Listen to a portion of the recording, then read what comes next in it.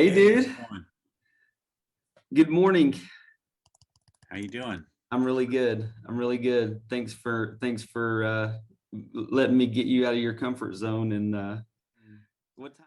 There's so much. It's not misinformation. It's lack of information. There's got to be more people that are on the same page and speaking with the same kind of repetition that the other side does. And you're more than welcome to join me and do whatever it takes. I really appreciate that. You don't have to be a doctor to be a doctor. You're your own doctor ultimately. I think you're a champion for health autonomy. I used to think too that the number one problem in healthcare was like this definition of health that we don't have, like we don't know what health is. Like health comes from a bottle. But now it's taken this next level where I need information to make choices, and now the information is not there. The moment that I decide that I'm going to take another route with my healthcare, what are the first couple of steps that I would take to reach health autonomy and stop being dependent on this medical model and more dependent on my own decisions? Yeah, man, great question. And so the first thing is that health is a lot simpler than it's been made out to be, right? Yeah. I haven't been sick in 5.5 years. I'm 62 years old. I don't have any aches and pains in my bones and muscles. If I do get some inflammation from overworking, then I detoxify my body and treat it well and exercise around the muscle and I get well. I look at inflammation as Yeah. the root cause of all disease. And so if I can reduce inflammation in my body, I'm not going to have any disease. And inflammation for me, I had to change my nutrition. So I got rid of refined sugar. I got rid of gluten, dairy, and I eat red meat occasionally.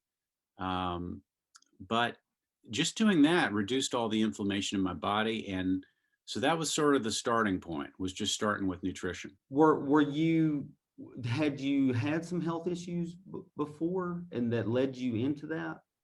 Actually, my wife got cancer, and we were told we had to remove her bladder, cut her vagina in half, give her chemo and radiation, and maybe she'd survive.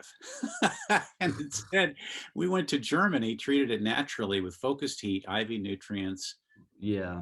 and ozone, and her cancer was gone in 30 days. Wow, man. Whoa. So that's amazing. That's amazing. And you had to go to Germany, unfortunately, to do that, right? But that journey, man, that is for most of my natural health friends, my natural health doctor friends, that's how the journey that we started. We had an issue and we weren't getting help in the medical model, or that's horrifying to start cutting body parts out, the ones that are supposed to be in your body in the first place. There's a reason that they're in there. Start to cut that tissue out.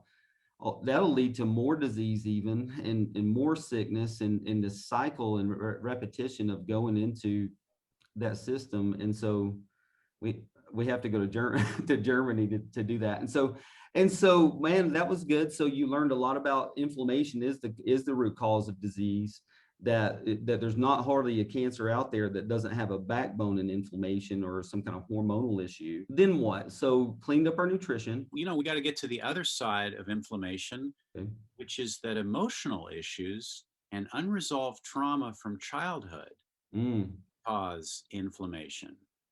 And it's as bad as the toxic stuff that comes from outside of us. okay. And so, in my wife's case, she passed away last July. She did everything right nutritionally. We got 5.5, 5.25 great years together after her diagnosis with no body parts removed and her living her life to the fullest, right? And then after 5 years, the cancer came roaring back in her leg, and that was it. She was dead in 3 months. She and I were both sexually abused as children, and we chose two different routes to get out of it. My route was never again. If you try to do anything like that to me, I will bury you. I will never allow anyone to take advantage of me ever again. I am now my protector. And I had to go through the whole spiritual process of feeling all the feelings, confronting my abuser in a meditative state. Yeah. recentering my body, who I am, how I'm not that person I was, all that work that had to be done. My wife was not able to do that work. She was victimized by her trauma. Oh, She bought into the whole thing they told her, which was just shut up and forgive. that's good. Here's your abuser. Here's your sexual abuser. We're going to invite him to all the family functions because Oh, you have to forgive.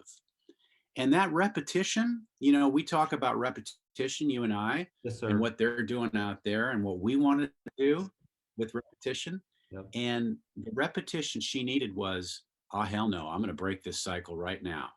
And she wanted love from people too much to be able to break that cycle, because she should have been right out there loud and proud with Yeah. all the women that were saying, just shut up, just shut up, just shut up. She should have been out there going, I will not shut up, and this is my life. And you know, here's the interesting thing, Jake.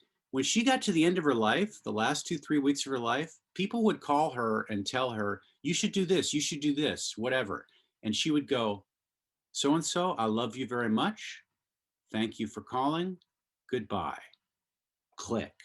It was that simple to turn off that whole cycle. She got it by the end of her life, but she didn't get it before then, and that's what took her out. So emotional inflammation, emotional issues causing inflammation That's is real. huge, and we're just starting to get in touch.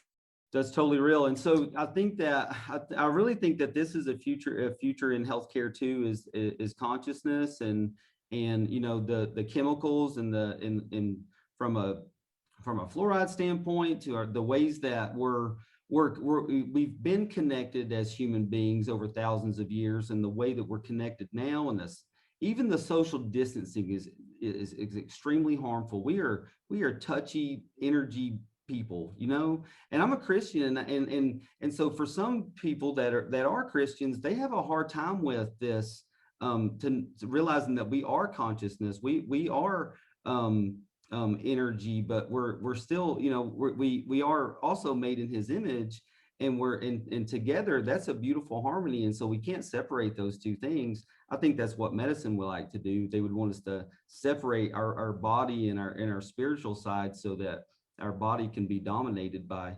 something else, because when we're dangerous when we can think on our own, you know, to those people, or to somebody that wants to hold us down. When you can have um and develop your own ability to think for yourselves, there's power. The interpretation of all the spiritual stuff that comes at us is key, right?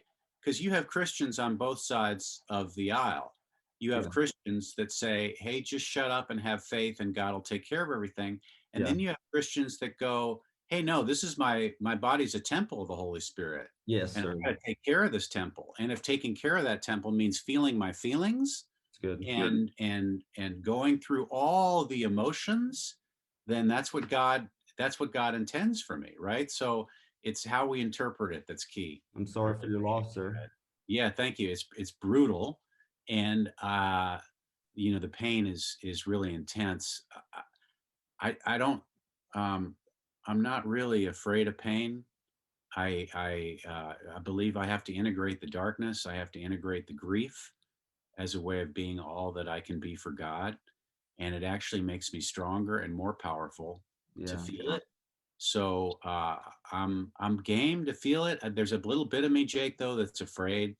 There's a part of me that feels like I'm going to be overwhelmed and I will never survive it. And I think that's part of the deal too, right? Is that Yeah. we don't always get assurances on everything we want to have assurances on. There's a lot of stuff we don't know, including how to process emotions, and that feeling that we're going to die.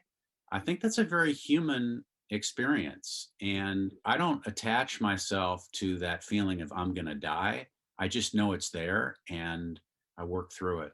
This is more, it's the because it was so close to you, your own mortality is more evident. And I don't even fear my own mortality. What I fear is the grief and sadness in my life overtaking me. And I'm making a new film now on what the emotional spiritual issues are behind disease. And one of the first guys I interviewed was Dr. Tommy John in San Diego, California. Yeah. And Tommy said, if you want to recover from a disease here, you have to have something greater than that disease Yeah. that you believe in and attach yourself to that's going to carry you through that. And my question to him was, is there anything greater than my pain and what I went through? It's a rhetorical question, but there is. And I just have to find that greater thing every day. Yeah.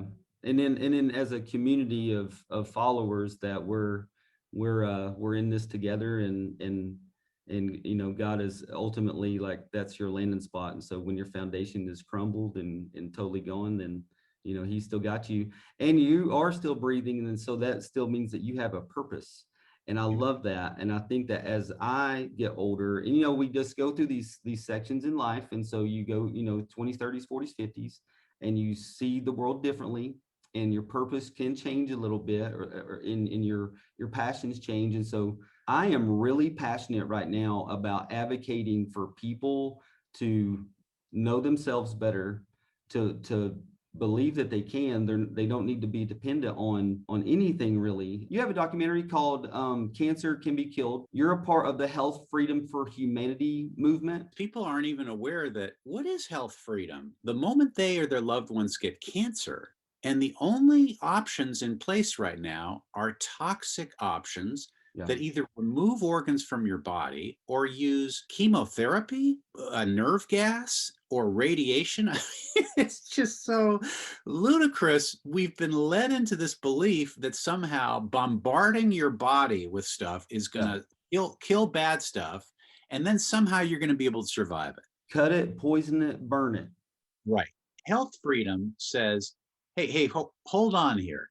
Those of you telling me what I have to do with my body, no.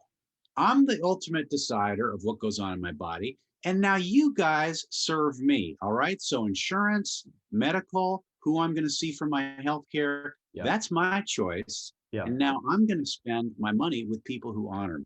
And so that's what health freedom is. Where did we lose our autonomy, I guess, is the question. What's happening is we're now realizing that there's so many ways to heal the body. Yeah. We didn't used to know that. Yeah. We didn't know that there was this whole other world of healing Yeah. called natural healing. We just thought it was all like, when you go to war with another country, you just bombard the crap out of them Yeah. and then pick up the pieces later and thinking that, is going to work, instead of maybe loving our enemies as opposed to bombarding them. It's good. So that's what we're learning now that we didn't know before. So now health freedom is really an issue because we realize, oh my God, we're all in a system. Yep. It's feeding the machine, it's feeding the money machine. And so now we in the health freedom community are saying, no, no more. You cannot do that, including to the most recent efforts for them telling us that putting something over our face to block the intake of oxygen and also to block the detoxification process of getting rid of carbon dioxide, getting rid of bacteria. Yep. Somehow, there's people that are in the health community that still believe that putting a mask on is in any way effective for any reason whatsoever.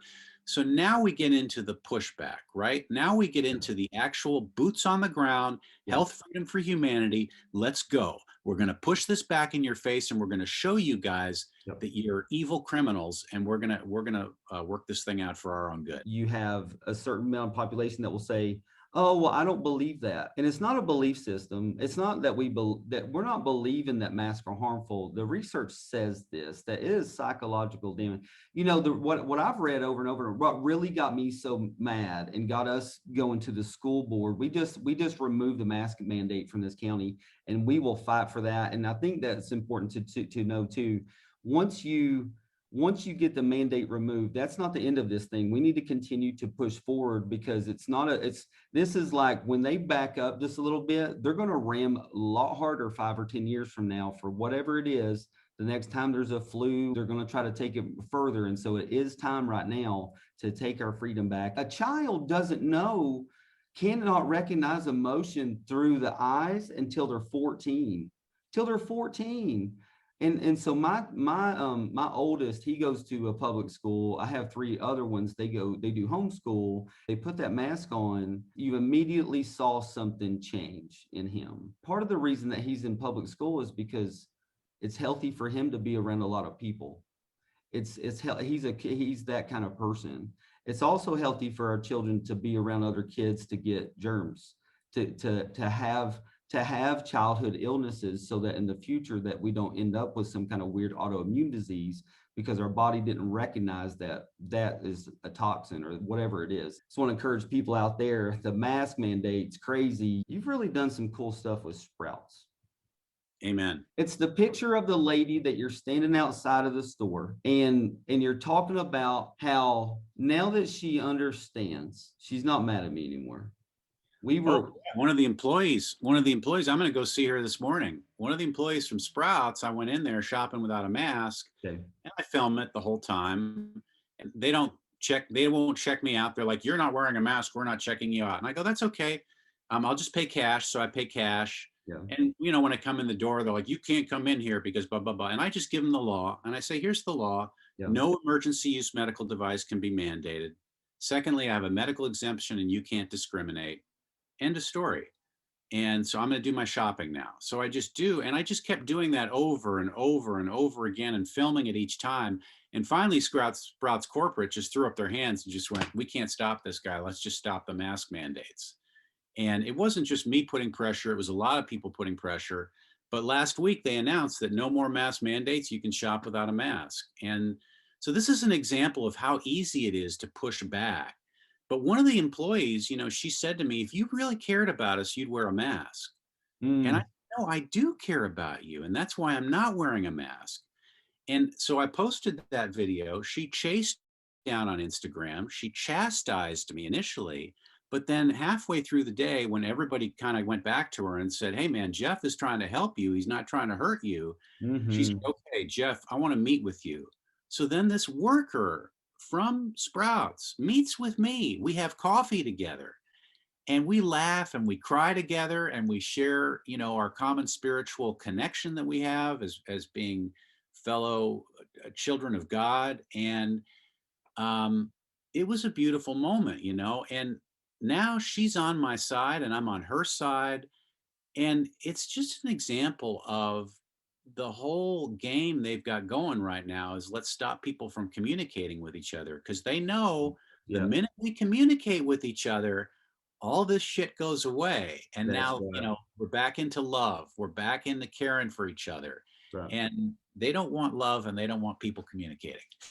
No, love is a big thing, and we really do. We're so everything's just so intense, and that when I was talking to Dr. Ray, that's what I said in the end, what do people need to know? And it's like, it all comes down to love.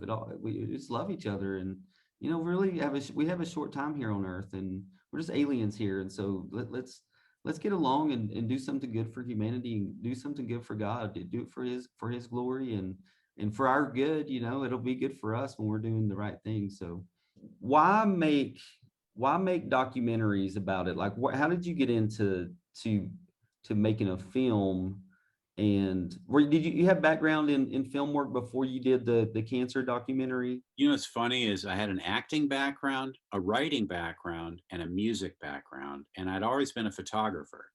So when my wife was healed from cancer, I had film crews coming to me because I wrote an article about the whole experience. The article went viral on a site called medium.com, which Yeah. has since banned me, and none of my stuff's on there anymore. But these film crews came and said, "We got to make a film about this." And within 30 days, they all backed out because they realize the moment Mhm. you make a film that's anti-pharma and pro-health, like your career's done. So they all, like chickens, said, "Jeff, you make the film and we'll mentor you through it." Yeah, that's wild. That's So wild. now get this, the lead woman that had already gotten an Academy Award nomination for her documentary mentored me through the whole process. And at the end of it, I shared with her a short little clip of the stuff I had filmed. And she said, "Yeah, you got nothing here." She goes, what you need to do is you need to follow these cancer patients around 24 hours a day for like 3 months, and then you'll have a film. I was like, first of all, no, you don't do that with cancer patients. Second of all, the shit I have already filmed interviewing 15 people who beat their cancer naturally and 4 clinics that all were having wild success. I said, that's really good stuff. And I'm going to make this film and I'm going to show you that it works. And so that was the last time I talked to her. Ended up editing that film. The film went really crazy. 150,000 times it was seen on Amazon Prime Videos. Cool, dude. That's when the government came in and said, oh, no, we can't have this. So Adam Schiff wrote a letter to Jeff Bezos saying, what are you doing to control the medically inaccurate information? And then after that, my films were pulled from Amazon Prime Videos. No. And now they're still on iTunes, Google Play, and Vimeo on demand. And when you go to the website, cancercanbekilled.com, you can see all my films and links to watch them on various platforms. But it's just interesting that Amazon and the federal government is so afraid of me, little old me, that they have to take my film off because God forbid anybody sees that you can beat cancer naturally. Yeah. The ability of social media to determine who gets out and who doesn't. There's not much difference anymore with social media and government. They're tied in together to stop this information from coming out. And it sounds like if you're on the edge and you're just wondering and you're just diving deep into natural health care, then it sounds a little bit, I don't know if that's true, but the more that you learn, and the more that you listen to people that me and Jeff talk to, the more that we get the information out and you hear it, the more you realize, man, something is wrong. There are people that go to Sweden and go to Amsterdam to get their teeth done and their root canals because we don't do them right a lot of places here. I mean, there's all kinds of different ways that you can get healthy. Weird autoimmune diseases. I had a lady that had fibromyalgia. She got her silver fillings out. No more fibromyalgia. Her dentist never said that. She would have never heard that, right, except for, she watched a film kind of like you had made, and she questioned it. And that's healthy to question it. Questions are not objections. If you want to get a salesman or a politician on edge, ask a question like, what's this do for me? Or what's in that?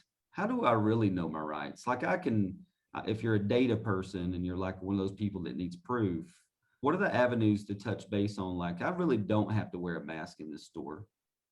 I did make a film called The Works of Your Hands, Healing the Gut, and it's all on colon hydrotherapy. If people go to www.worksofyourhands.com, at the bottom of that front page, I have a PDF document people can download. And that's the one that has the laws on it, the federal laws that protect us. The first one, which is that no emergency use medical device can be mandated. It has to be given informed consent. Yeah. So that means all three, the jab, the PCR test, and the mask, they're all informed consent. We have to be able to say no. Second of all, if we have a medical or religious exemption, that's legitimate. And the Americans with Disabilities Act protects us from being discriminated. And then we all have state laws that protect discrimination. Mm. And so really, when it comes down to it, the law is all about pushing back against mandates. These mandates aren't law.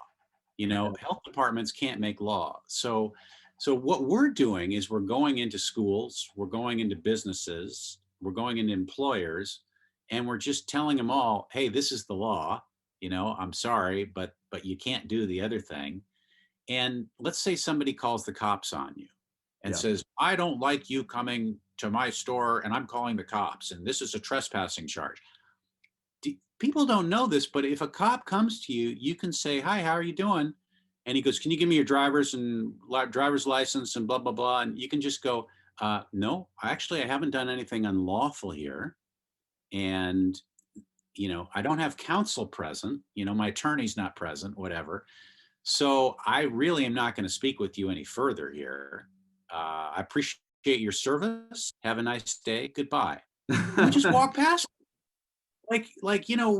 We don't know our rights, and our rights are that if we're not doing anything unlawful, we don't have to engage with the police. And so it's like checkmate. And the police aren't really supposed to be there to intimidate us. You know, I'm a late 70s born, but you know, most of my bosses, I had a really good relationship with one of my bosses when I was younger, 14 or 15, and he said that growing up, like police weren't there to like get you. Police were there to like watch out for you, to Yeah. make sure that you didn't go too crazy, you know, but it wasn't a police state. It wasn't like this. And so, but yeah, we got to know our rights, and you don't have to, yeah, you don't have to share your information with everybody. That's social media does that a little bit. I think that everybody wants in your business, but nobody really has to be in your business. You can share what you want to share. Some people get mad at you. You know, there's always going to be some people that get mad at you about what you share. And there will be people that get mad at you about your health decisions. And that's silly. We shouldn't be fighting about what we put in our body or on our body. You know, I don't necessarily like agree with like if you want to smoke crack, dude, then smoke crack. But that's not good for you. If you choose to do it, I guess that's, you know, I guess that's what you're going to choose. But in the end, I can't control you if you're going to do that or if you're going to do whatever it is. If I choose not to do something, I think that's a big deal. Not doing something. It's not about me doing something. It's kind of about like I don't want to do that. And because I don't want to do that, it makes people mad at you because you're not doing what they're doing. Well, on the argument I heard at a school board meeting recently was, look, if y'all want to wear masks, that's fine. I'm not telling you you can't wear a mask. But do you understand? You're telling me I can't breathe oxygen? Hello, hello. What's wrong with that picture? We're back to health freedom, right? Yeah. Which is you don't have health freedom, you don't have anything. And so let's all fight for that. Let's all make that our number one priority right now, that everybody has the freedom to choose how to handle their body. Totally, totally. And it's your body. And until these kids are out of my house, I'm responsible for their bodies. As a natural doctor, I have seen a lot of damage. Unfortunately, you know, I've had all kinds of women over the last even 10 years that they come in and their hormone damage is not um anything else, but they were taking birth control or they were you know, they did have emotional damage that they didn't get a hold of, and now they're trying to get pregnant. The doctor's only solution would be to give them more birth control or hormones or something like that, and there's no way out of that, man. So when I speak on social media, you're on different ones. So BitChute is like free, kind of free, right? You can kind of say whatever you want to say on BitChute. It's more, you know. I'm actually on Instagram, Facebook, YouTube, Telegram, and Bitch. 1% of the people are always going to be across the street going, "Oh, Jeff sucks, man. That guy's terrible." 99% of the people that we push into and that we love, they love us back. But that one person that's troll, how do you control that in your head? You know, Jake, I'm a brawler. So when those trolls come at me, I get excited. I'm like, tell me more. Tell me more. I let them completely flesh out all of their insanity, all in writing, so everybody can see it. And then I just utterly destroy them with ridicule. Like, you actually think depriving myself of oxygen has anything to do with health, and you call yourself a healthcare provider? You are insane. Tell me more. Tell me more about deprivation of oxygen and how that works. Eventually, they just stop writing. They just can't handle it. It's the same way in my area. There's a 10-mile radius where there are no masks ever being forced on anybody because I've shut them all down. I just get in their face, right, in a loving and calm manner, and just say, "Hey, man, here's the law.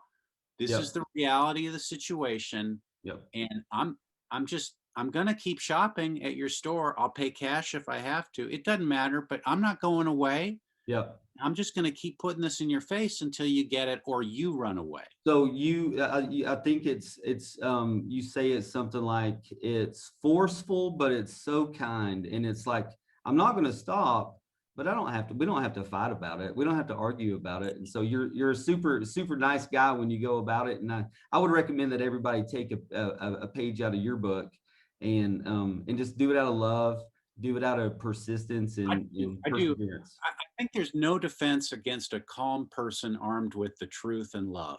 Yeah. And so that's my goal always. And every once in a while, somebody attacks me really hard, and then I'll come out a little bit angry, or it looks a little abrasive, but in my heart, I'm still trying to follow love.